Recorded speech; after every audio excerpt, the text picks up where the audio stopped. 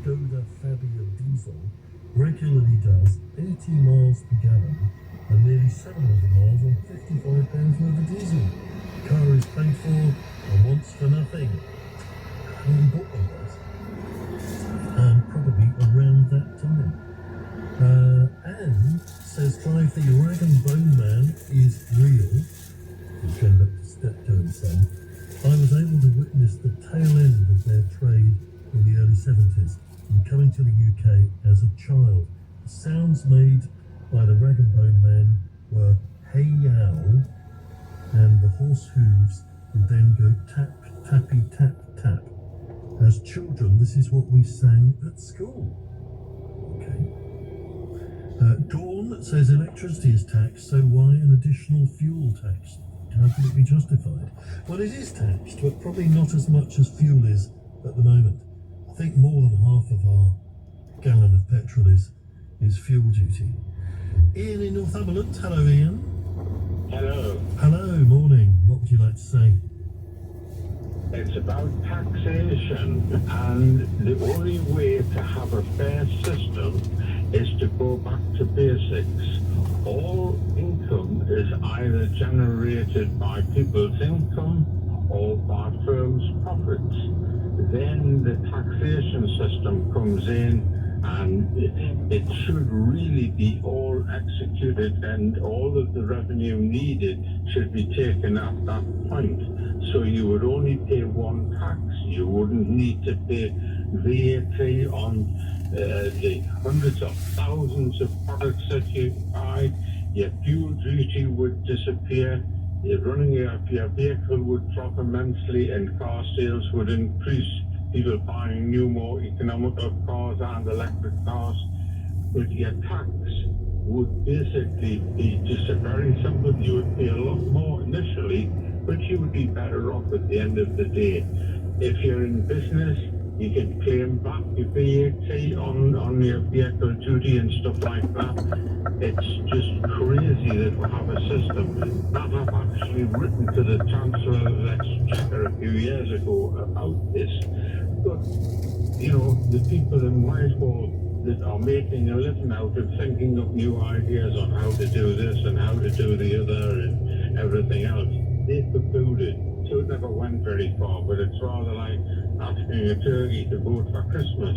It's not the way it should be going. It is a huge change and would not be easy to do. But I'm sure that somebody at universities could sit down. But I mean, taxation. You employ a lot of people to try and reduce your taxation. Companies employ firms to do nothing else but this. All that would go by the board. Then you would have a lot of people that wouldn't be employed because of that. But at the end of the day, the country would be better off, and individuals would be better off, because the overheads in collecting all of this tax that we have at the moment being so varied, it's just... So just to get it clear then, your idea would be just have one tax on however you make your income. Everyone would pay a big tax just on that income and then no other taxes. Is that the idea? That's right. In other words, at the moment, you may be paying anywhere between 40 and 80% tax on income. This is an individual I'm referring to. Yeah. You could make that on the person that's paying 80%, it may go to 90. On a person paying 40 to 60 or 70%. But what's left would be worth much more. Because there'd be no tax on the things you're buying. Well, that's right. Right. And would you apply that tax to other unearned income, for example? Yes, you've got to. In other words, if you've got money coming from whatever source, it's part of your living. Right. It's part of, so it would just be one tax. We wouldn't have like capital gains tax and this tax and that tax. It would be either income tax. What about national insurance? You're going to dump that one as well? Why not? Yeah. It's just another tax with a different name, isn't it? There may be 500 or more different forms of tax that's available. It's the same with companies. Mm-hmm. If you're in business, what you do. You try to save what you would end up paying in tax. But if you just did it on the profit that you're making, Well, it might save a lot of money in terms of admin, I would have thought.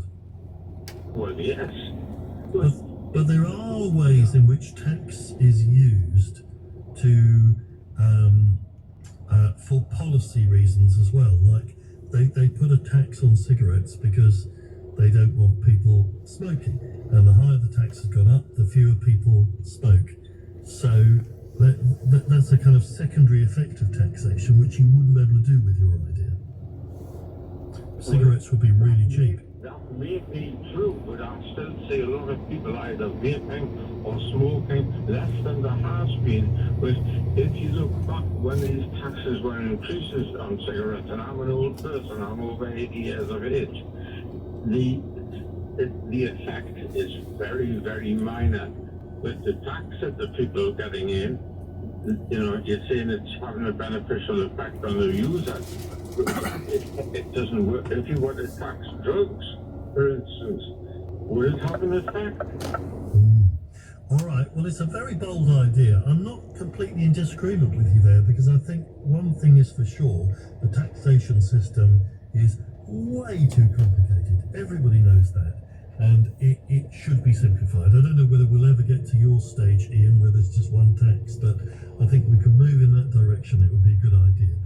Lovely to talk to you, Ian. Thank you very much for that. 0345 6060 973. Chris says, thanks for focusing on the subject of insurance claims. The way expats are treated when claiming their private pension policies will be the next British scandal. These big insurance companies are not paying out by using red tape that is outdated and used to buy time, hoping you pop your clogs. Diesel cars, this is a text, with AdBlue clean the particles, don't they? Paper mile with no practical alternative seems a bit unfair, but I agree the roads need to be paid for. Isn't that council tax? Well, only, I think, local roads are council tax, upkeep of local roads, but not the main thoroughfares. Electric cars for short journeys, no real commitments, work, but at a larger cost. Not practical or affordable for everyone. Okay, thank you for that one.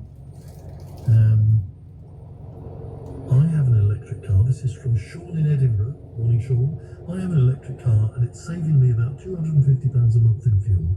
They say 8p a mile. It's about 2p a mile if you charge at home overnight. It feels pretty much free. Paying 5p a mile like Iceland would still be much cheaper than fuel, and I think it's only fair as I use the roads and fuel duty is already a tax per mile, really. Well, it is, yes. I mean, if you think about it, it is how much you drive is how much tax you pay. What if you change your car 3 or 4 times a year? Now, that's a good point, isn't it? What if you do? You can't have a once a year check the mileage thing. Clive, if you place your bread on its side in the toaster, it fits perfectly and toasts evenly, says Tracy in Haymont. Well, it depends which bread and what loaf. Some of them don't fit in the toaster, unless you've got one of these very fancy, big, wide toasters. I know, Clive, they could use ULEZ cameras to charge you by the mile, says Lee. Well, I'm sure that has not escaped certain people's notice. I'm sure it probably will happen in the end. Paul says people at home with a driveway can slow charge using a 13-amp plug. No way of taxing that other than taxing all electricity, which is another good point. Paul, thank you for that one.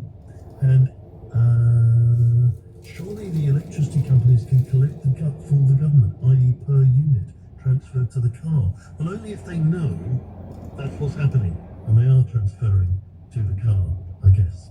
0345 6060 973. More calls in a moment on LBC. LBC. The homes of the future need EV chargers, solar panels, and energy-efficient heat pumps. But at EDF, we're not waiting for the future. Our teams, rated excellent on Trustpilot, are installing them all over the UK. Right now.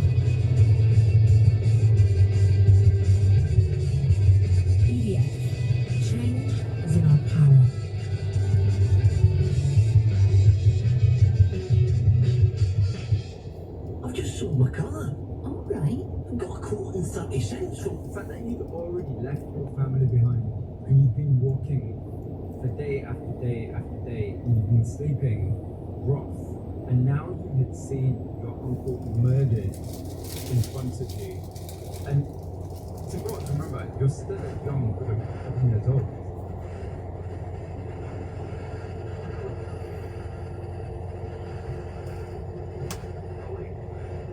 You must have been almost crippled by fear. Yes, it was a very hard feeling and very painful because I'm far away now that I can trace my way back. But now there's someone that was taking care of me. I lost him again. It was very painful, and I think his loss gave me a strength of hope because I knew that I don't have no other option, and the only thing is just be strong and do the best I could because I'm going to bring him back to life again. And when we did that movement after these guys left, we buried him actually. We stayed until around 6 p.m. And right there, because before I was walking with a lot of struggle that I was going through, I was tired of walking and I lost my toenail during the walk and I was infected. I was in agony, pain. Right there when we left, I become pretty strong and I used to cry a lot. But from that day, I never really cried again because with my uncle I can cry. And people that they started hurting me, they were offended me and those. And I did all those kind of things that were like that kept me strong because I don't want to be offended again. And this thing built up into me that yes, I got to do whatever I could and keep up with the group without complaining. I know you ended up walking with the group for almost 2 months. Tell me what your destination was and what happened when you got there. I didn't know the destination because I was just following the group. And I didn't know where we were going. The only thing I know is we are going to the safety place. But I don't know where that safety is. Is it a country? Is it a town? Is it a village? Is it what? I don't know. Survival was the objective, and that came in the form of Etang in Ethiopia. At the time, it was the largest refugee camp in the world and home to tens of thousands of people who fled the conflict in Sudan. Salva remembers seeing the huge crowd gathering.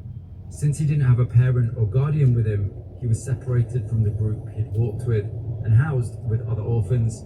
Immediately, he had to adjust to life in the camp. There are two things going on in my head at that time. You feel safe because you cannot hear the gunfire anymore. You cannot see the chaos, people are running fleeing from the war and all this. On the other hand, you are thinking, would you be able to get out in this camp one day and meet with your family again? That's the question that kept ringing all the time. That it haunted me all the time. It never went away. Would I be able to meet my family? What happened to them? What would happen to me too? What's the next now? All these were just kind of like running in my head. Third part is the activities that we do right in the camp, the survival itself, because the camp is like a prison. Camp is not a good place to be in reality, in life, because there's so many diseases. Like, let's say you have 30 people in one camp, in a hot place, and one person gets sick and it's contagious disease, automatically everyone gets sick. And then you have to deal with all this sickness all the time. You step in your parents' shoes actually to make sure you're providing yourself food, making the food for yourself, collecting everything and do this. All these things were just in your life completely have to deal with it. But it never really get away in your head because your head kept thinking about all these things. Now that you're at least safe, was there any information at all about where your family was and what had happened to them? No, not at all. Because everything was like a closed world completely where you cannot hear news. Because there was no post office system there. There was no telephone. And if you leave, it just when you show up, that's the only time that you can communicate with people. Days at the camp turned into weeks, the weeks into months. In fact, Salva would end up spending the next 6 years, the majority of his adolescence, in the camp. Then, in 1991, the Ethiopian government was overthrown and Sudanese refugees were no longer welcome in the country. By this time, Salva was a leader amongst the boys. He'd been put in charge of a small group in the camp and eventually led a cohort of 1,500 boys. There were 12 of these groups in total. They were organized with an almost military-style system they'd honed over time.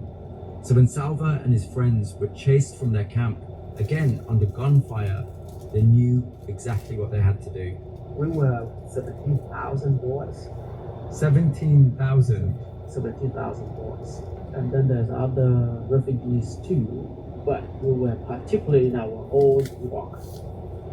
We have a good system. If we are going to move, we come up, we always have a parade. And then I can talk to them and say, hey guys, this is A, B, C, D, what we're going to do.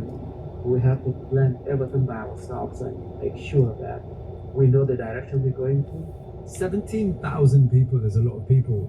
How were you organizing food? Where were people sleeping? Well, the organized food were just pray to God because there was no food.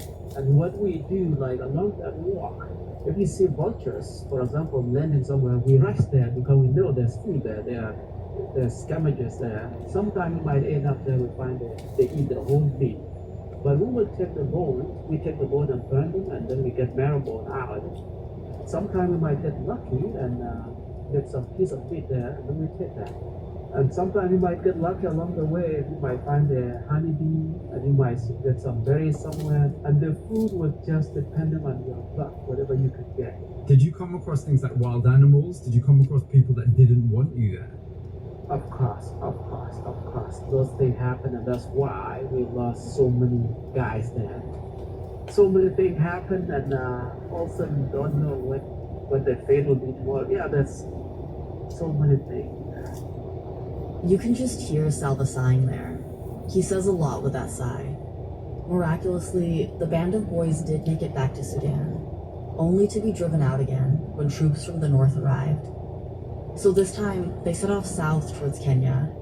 By this point, word of the boys' journey had spread. The lost boys were being celebrated.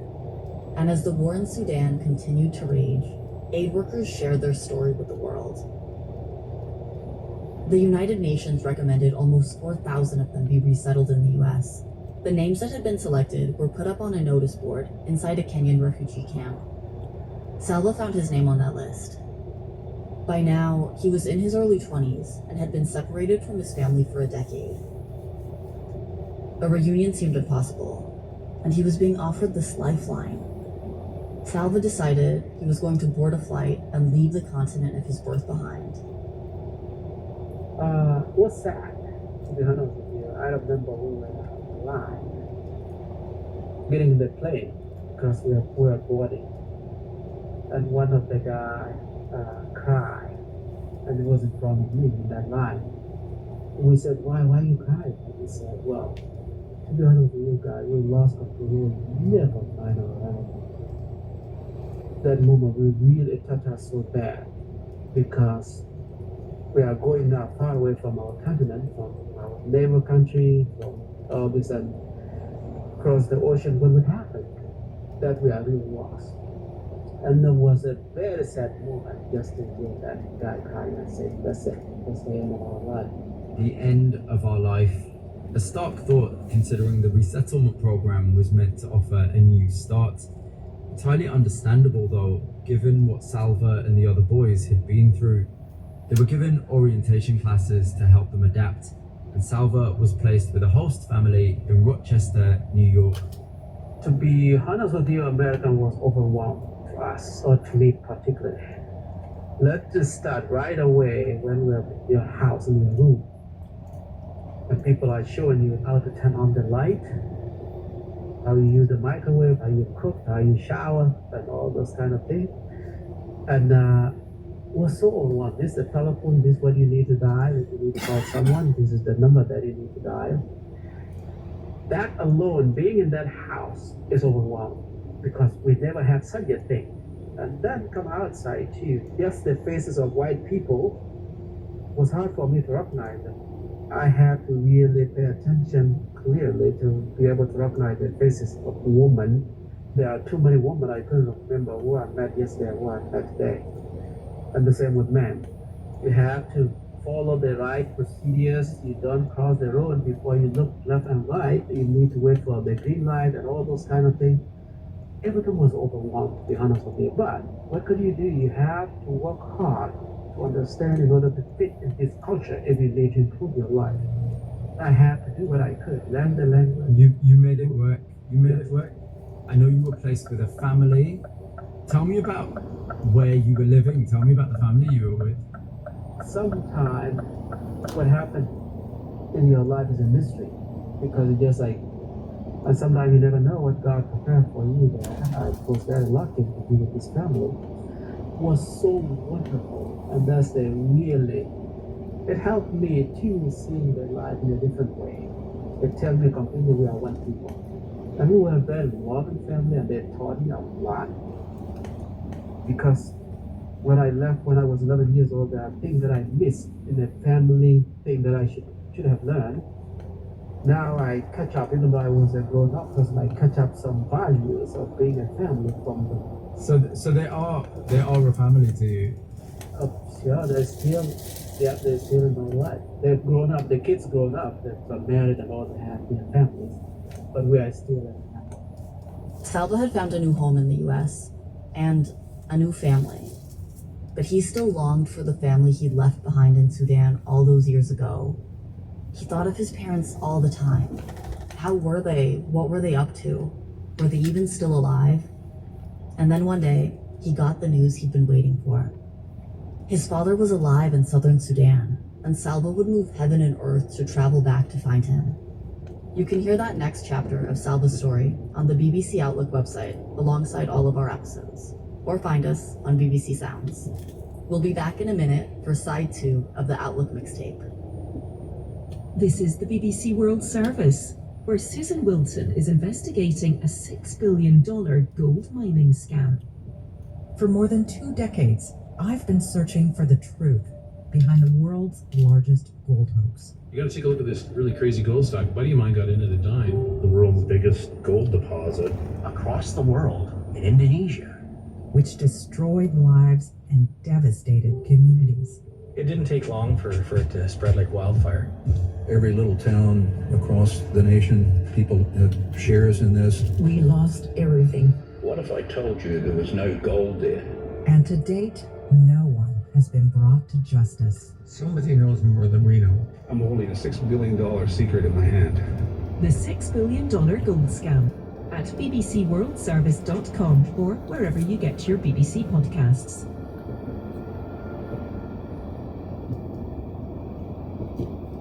Coming up on Outlook, teen tech whiz Michael Saman made apps that saved his family's business and caught the attention of one of Silicon Valley's most famous residents. The next week, I'm in math class. I get an email saying that Mark Zuckerberg wanted to meet with me and fly me out to California so that I can meet in person and talk about what I built. Plus, the red bike that changed refugee Meevan Babakar's life. That's on the BBC World Service after the news. BBC News with David Harper. The US government has revoked a plea deal agreed earlier this week with Khalid Sheikh Mohammed, the man accused of masterminding the September the 11th terror attacks in 2001. The deal angered some relatives of the 9/11 victims as well as Republican leaders. The Pentagon says it's stepping up America's military presence in the Middle East. Iran and its allies have promised retaliation for the killings this week of the political leader of Hamas and a Hezbollah commander. The Venezuelan President Nicolas Maduro has accused the opposition of producing fake evidence to contest the result of last Sunday's presidential election. The opposition says official data they have gives victory to their candidate, Edmundo Gonzalez. The US Vice President Kamala Harris has become the first woman of color from a major US party to run for president after securing enough votes to be the Democratic Party's nominee. Online voting doesn't officially end until Monday. 2 Russian dissidents released as part of a prisoner swap on Thursday have said they refused officials' demands to plead for mercy from President Putin to secure their release. They also said they had not consented to be, as Ilya Yashin put it, deported illegally from Russia. 4 critics of the government in Zimbabwe have appeared in court after being pulled off a domestic flight at Harare Airport this week and arrested. They've been charged with planning to organise protests later this month.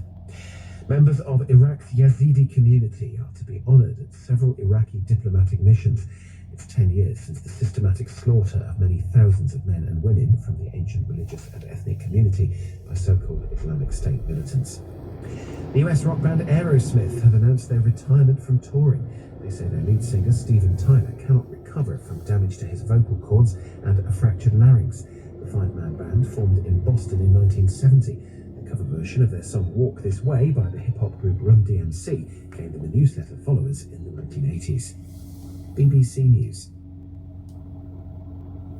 Welcome to side 2 of the Outlook mixtape with me, Asya Fuchs. We're bringing you our favorite cuts from this week's stories. Next up, these tales are all about the weird and wonderful ways technology can bring families together. A few days ago, my colleague Joe Fidgen spoke to Michael Saman, a tech whiz from the US who changed his family's fortunes. As a kid, Michael, like many children, was desperate for a phone. But this was the early 2000s, and smartphones had only just been invented. He begged all the family, aunts, uncles, grandparents, not to buy him a birthday present, but to give him money so he could buy himself a phone. And it worked. When he was 12, he bought himself one of the first generation iPhones and became obsessed. Not in the way you might expect. He wanted to understand and exploit the capabilities of this device. He started teaching himself how it worked, and pretty soon, he started building his own app, which quickly started getting traction. He told Joe how it all started.